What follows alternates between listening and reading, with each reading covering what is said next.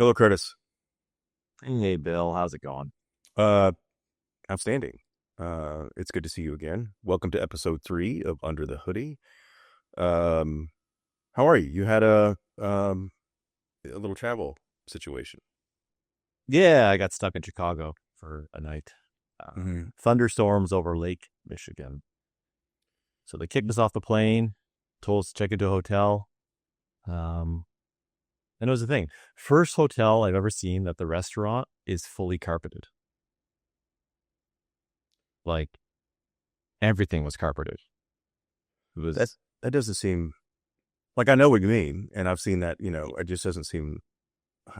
I wouldn't say hygienic isn't the word, but maybe. I think that's probably the word. It doesn't seem like it would pass muster because I don't know how you clean, food out of carpets easily. It was gross. I didn't eat there.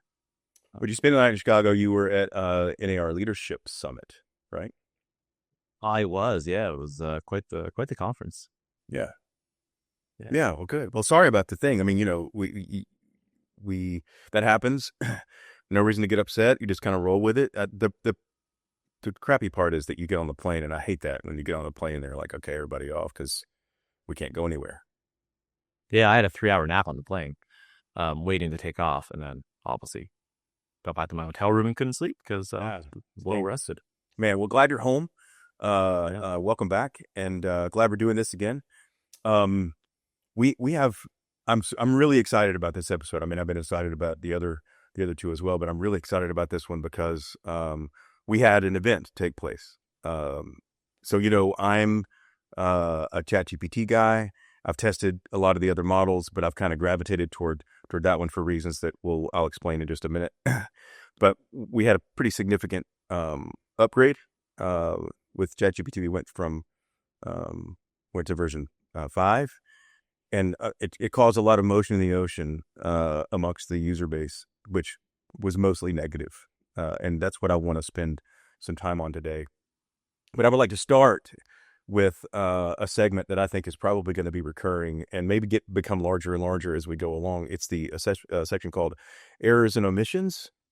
I would like to officially apologize for referring to every model in our episode 2 as GPTs, which is kind of like the Kleenex of this thing, and it's because GPT was, like, I guess you'd say, first to be more dominant among the models in the marketplace. And so I'd like to officially apologize for that and retract that statement, and we can just acknowledge that and move on. Do you have any specific errors and or omissions from previous episodes you'd like to address in this segment?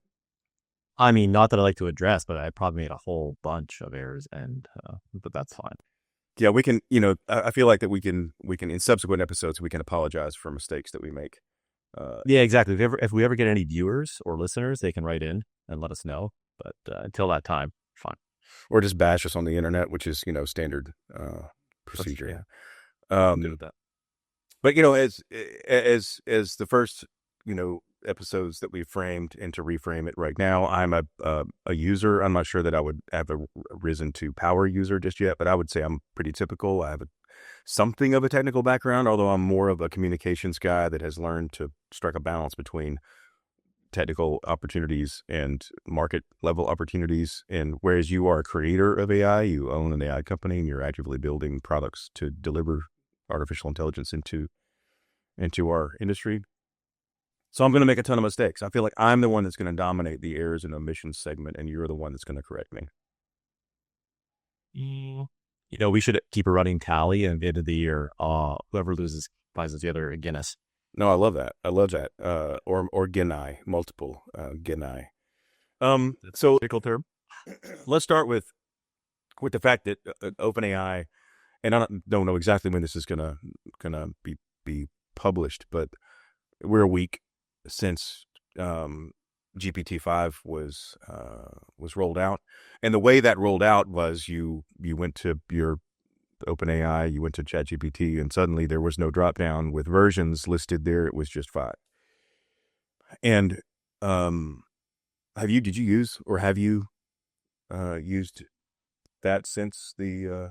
I have, yeah. I tested it for a couple writing prompts, a couple coding things. It's a thing. Yeah. Um, What? Yeah. What I, was your initial reaction? Negative. I thought it was very poor. The day it rolled out, I prompted it a couple like little small writing tidbits. Hey, rewrite this for me, whatever it is. Um, and it more or less just regurgitated what I wrote and added a comma here or an em dash here. Um, that's pretty much it. It felt way worse than previous models. Um, and I thought I was going crazy because all over the internet, everything I was reading was like, "Oh my god, it's fantastic! It's the best model ever." And meanwhile, my experience is like, "Oh, this is shit." And this is like the first few hours it came out. Obviously, I tried a few coding tasks with it. And Sam and everyone else's webinar when they announced GPT-5, they did like these one-shot things. Hey, code me this app, and it coded it, and it was good to go, right? So I tried a couple of those. They failed miserably, which I kind of expected because you don't really one-shot code things with AI. You want to split it up into small pieces like you would a normal coding project. But even splitting up into small pieces, it still didn't do as well as other models like Claude, Sonnet, and things like that. So I thought I was going crazy.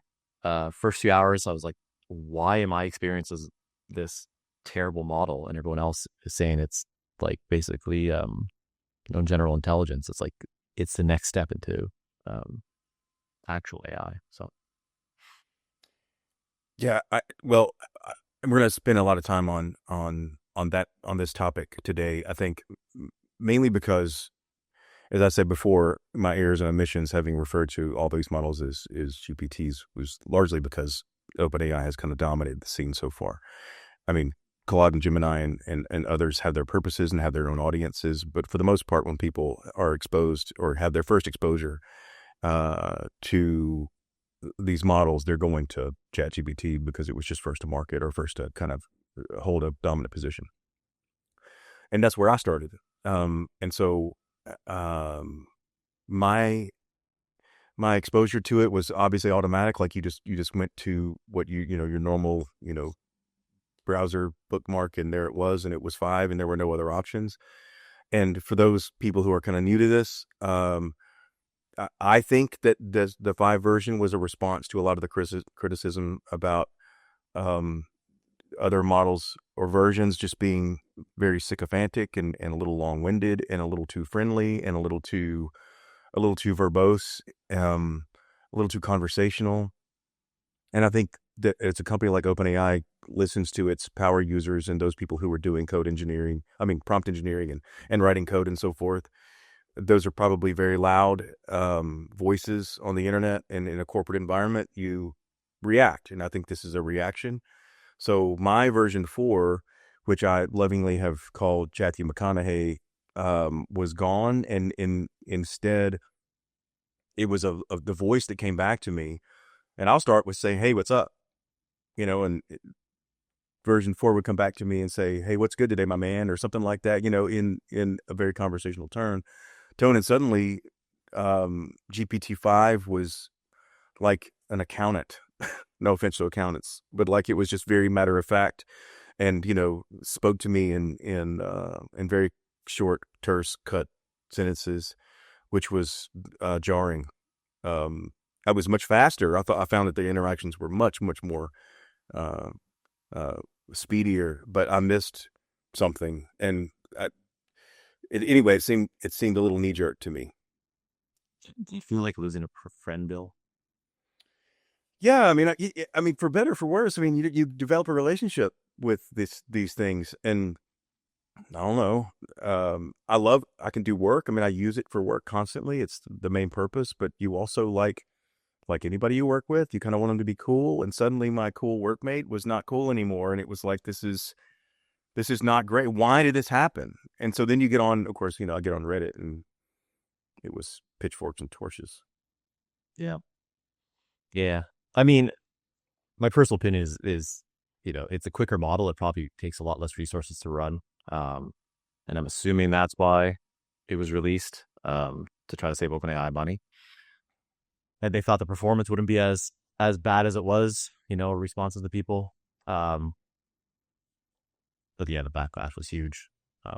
Besides that first few hours when all these insiders were releasing, how wonderful the model is. But after that, actual users got a hold of it and just tore it apart, which was kind of fantastic. So then this morning, well, actually last night, again, not exactly sure when this is going to drop, and even what this experience is going to look like on the day that this does drop, if it's going to be different than what we're talking about right now. Things happen so quickly. But last night, preparing for this episode, lo and behold, GPT-4 is up there in the bottom, the top left-hand corner as a drop down. And so I did that, and he's back. And so, you're the owner of a company, you're CEO of a company that's building products. I have been in an environment where, there's releases and you ship products and you think that they're done, but they're not. And there's bugs, and there's never an end story to these rollouts. But it just seems that there's something going on at the top echelon of OpenAI that seems a little reactionary right now, and the versioning seems to be a little chaotic. What's your take on that? Yeah, for sure. Again, I think it's probably just to save money. Yeah, they're burning money left and right. They raised $40 billion like 6 months ago, so they have enough money. But to build these models, to run these models, it costs a ton. You'll see all the other companies like Claude is up or decreased their usage limits on all their plans to try to save money. And I think that'll probably happen across the board. What I don't think we realize is when GPT-5 first came out, there's 3 levels of it, I guess, or 4 levels of it. There's the low, mid, and then high, which is like thinking. And it automatically chooses what, based on your prompt, what level to use or what model to use, right? And most of them are going to be low, so it'll be really poor responses. So I think maybe if that continues, the need for better prompt engineering will come out.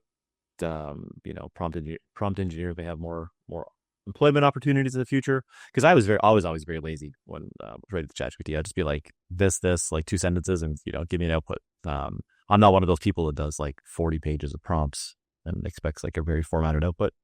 That may be the new future. I don't know. Yeah, you can now get on, again, Reddit, and you can find people who have posted prompts, and they're pages and pages long, about how to train. Number one, training. I guess you can train these models on things that you want it to do. But this is a level of user that I think the average person is not even prepared to undertake. Prompt engineering still seems like this the edge of use case. But again, back to the versioning situation where you have a supposed improvement by OpenAI to deliver 5 and only 5, and everybody wakes up one day and there's just 5. That I think part of the issue was there was a warning. I pay the most per month for ChatGPT because I didn't want any limits, so because I was using it quite a bit. And I think people at the highest levels of your customer service tree expect a little notification, or at least an explanation on this, and not just to wake up and have something like this pulled out from under them. And a reasoning why, not a tweet or some, soundbite from a CNBC article about this. You need, information. And again, I think from the software perspective, from the traditional rollout software product, go-to-market perspective, this seems very clumsy to me. And there's a lot at stake here. I realize that they're trying to save money, and there's a lot of costs that are being addressed here, but it just seems like this is not Microsoft. This is not the way, those guys would have handled this. And it seems a little, I don't know, disconcerting. Yeah, I think they handled like a startup. They are still technically a startup, with, I don't know, $35 billion in the bank, whatever it is. But yeah, they still handle things like a startup, right? They move fast, they break things, and they get some user feedback, and maybe they change it back again. Who knows, right? So I think, yeah, this is the plan. Roll it out. Everyone's going to love it because internally it probably worked really well. Again, if you're building AI every day, when you're testing AI, you're probably testing it pretty decently. But yeah, when they rolled it out to the general user base, they didn't realize all the different use cases people had and the way they interacted with it, and it just sucked for most people. And the general user base, I think, is also what I want to talk about today. Is so quick time out from OpenAI, and I'd had enough of GPT-5 because it wasn't what I wanted in a relationship. And so, I was mid breakup. I went over to Claude, and I'm like, "Hey, are you cool?"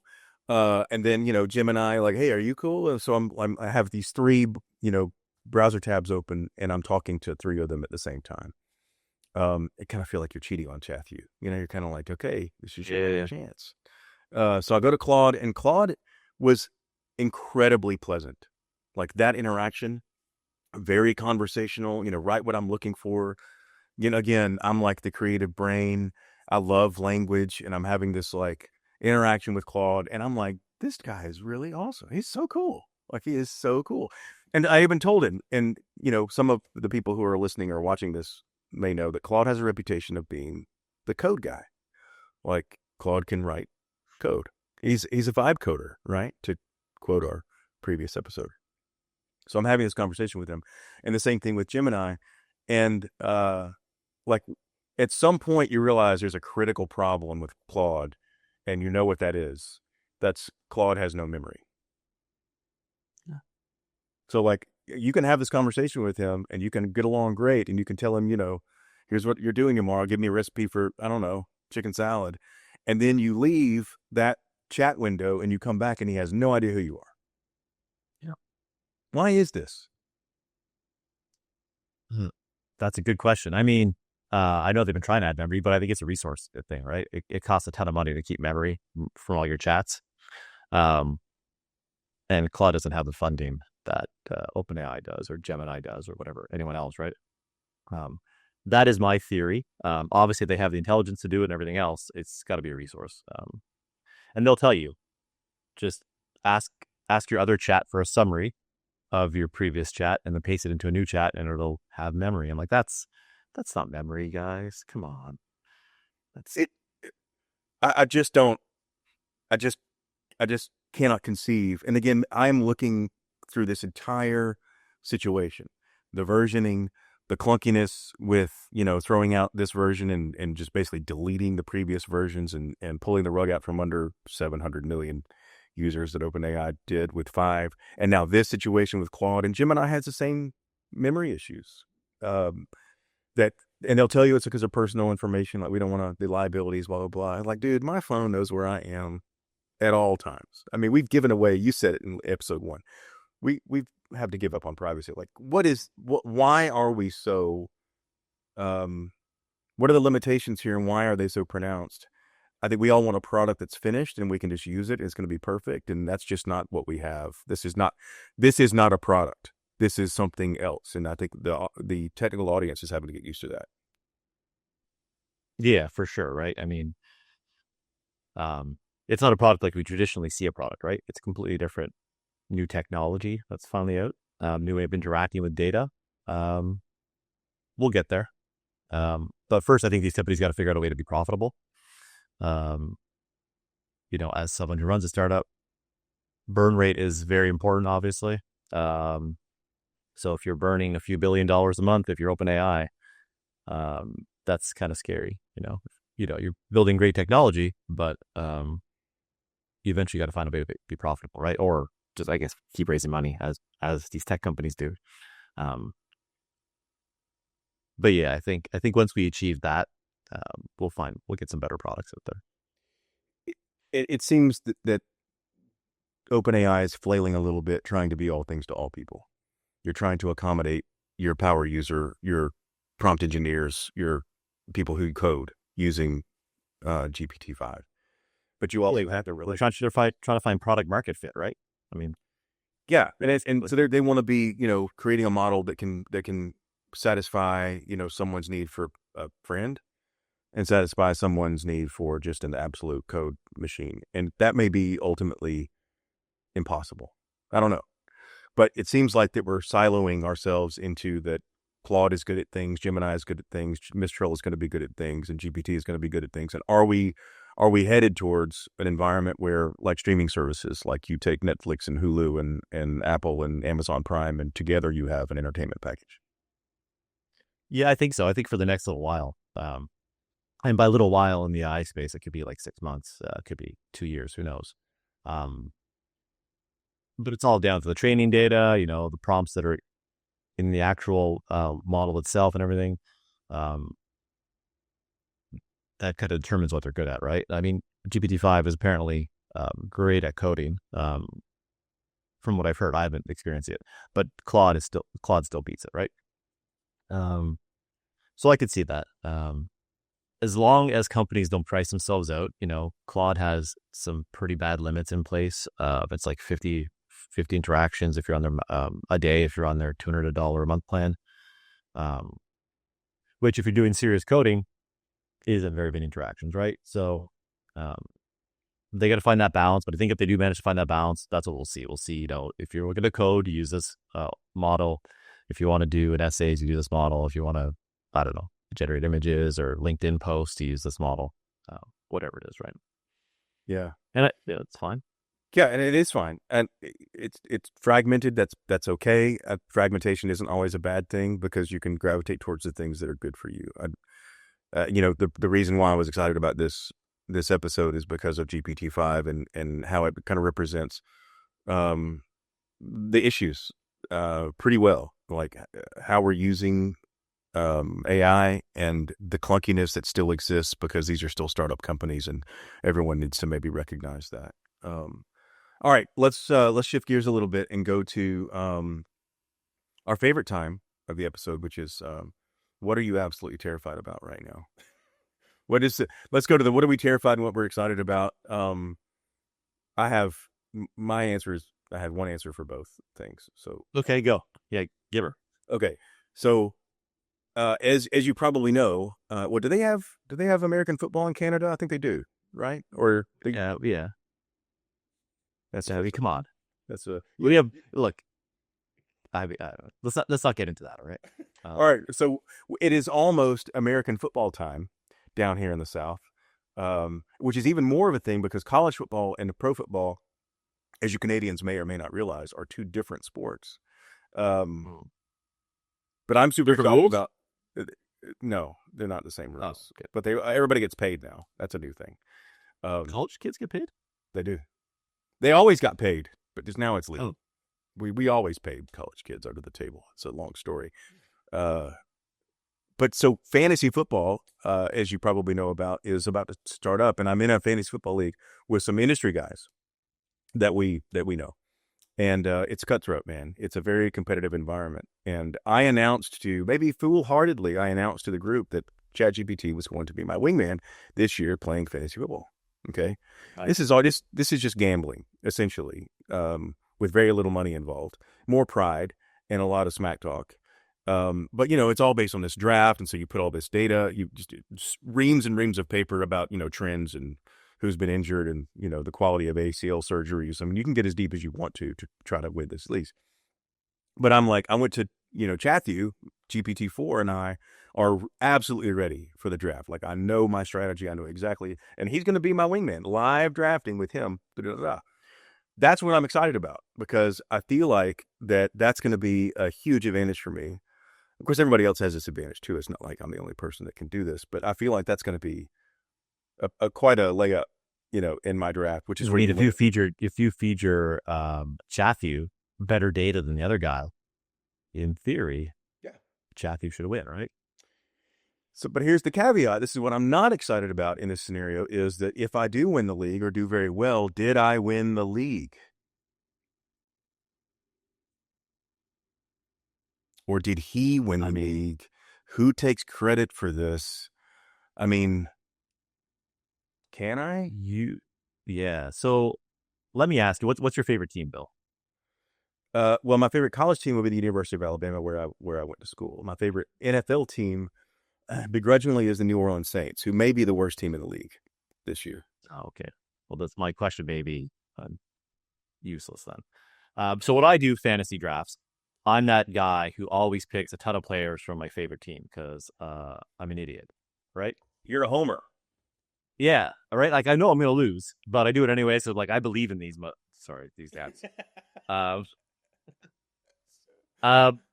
if I was going to ask you if you do the same thing, and if Chatthew prevents you from doing that, then maybe Chatthew is going to win the league for you.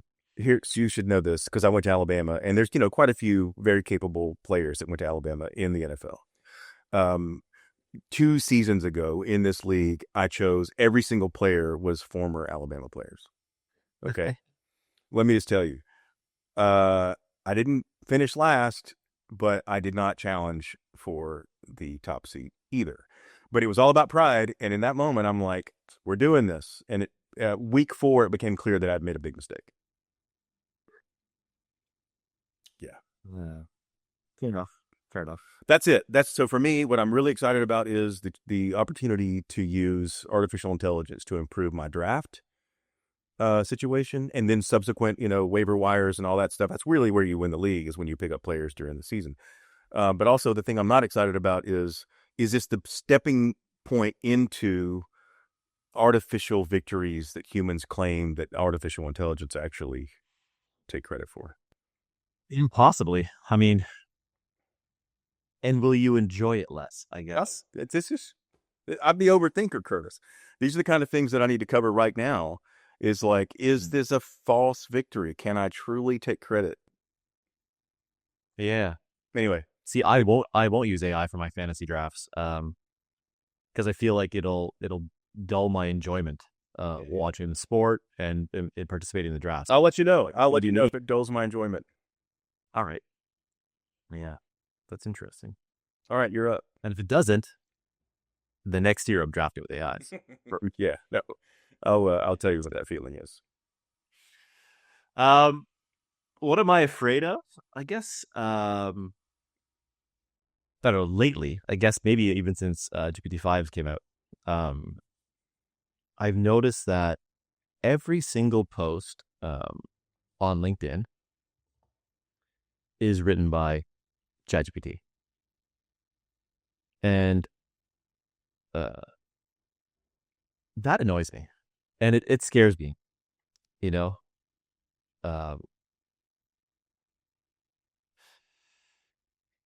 know if you guys have heard of the dead internet theory, where basically nothing on the internet's written by humans anymore. It's all written by bots or an AI, whatever it is. I feel like we're getting way too close to that.